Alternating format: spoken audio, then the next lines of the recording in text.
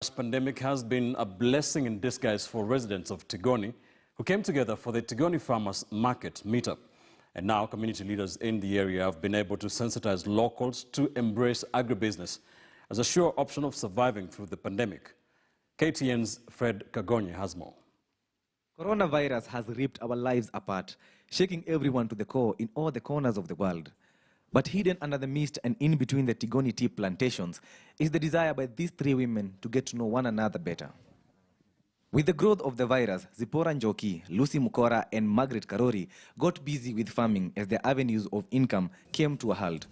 The initiative was born out of an urge to know their neighbors better. We were challenged by the committee that the ladies should come up with something that will make people know one another. I have given this field to the farmers here because we need to know each other. The three seized the opportunity to reconnect and showcase how their farming ventures have changed their lives for the better. We encouraged people to continue with agribusiness and even agrotourism, which we are all aiming at. With the virus cutting through our lives and growing the distance between us, the organizers adhered to the guidelines set out by the government. Everybody was told to keep distance, wear a mask and sanitize. Every table has sanitizer and every vendor knows that they are supposed to keep a distance. We have put our tables 2 meters away from each other. And most farmers here practice organic farming. Most of it is organic. They are greenhouse produced, and quite a lot of it is also not organic. So what we are aiming to do is actually use more of a compost and cow manure to fertilize the soil.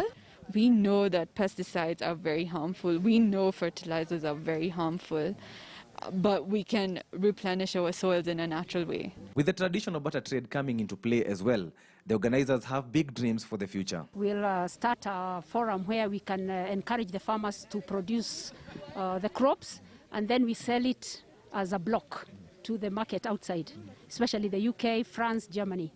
We would like them to own the whole of this process.